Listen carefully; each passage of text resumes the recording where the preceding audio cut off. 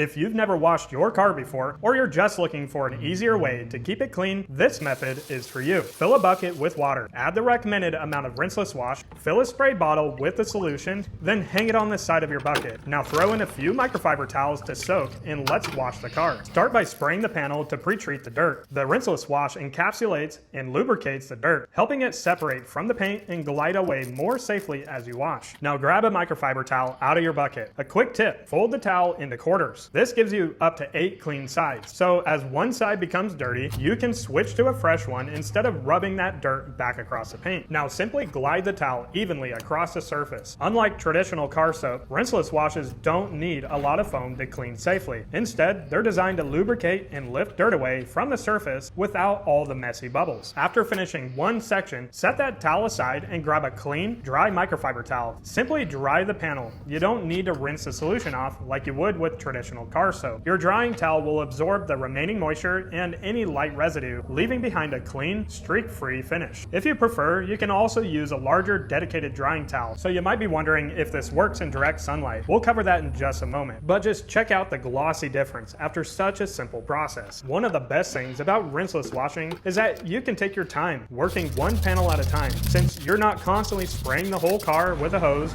you don't have to worry about the water drying on the paint while you're still washing another section. If you need to step away for a few minutes, you can simply come back and pick up where you left off. Always work from the top of the car down.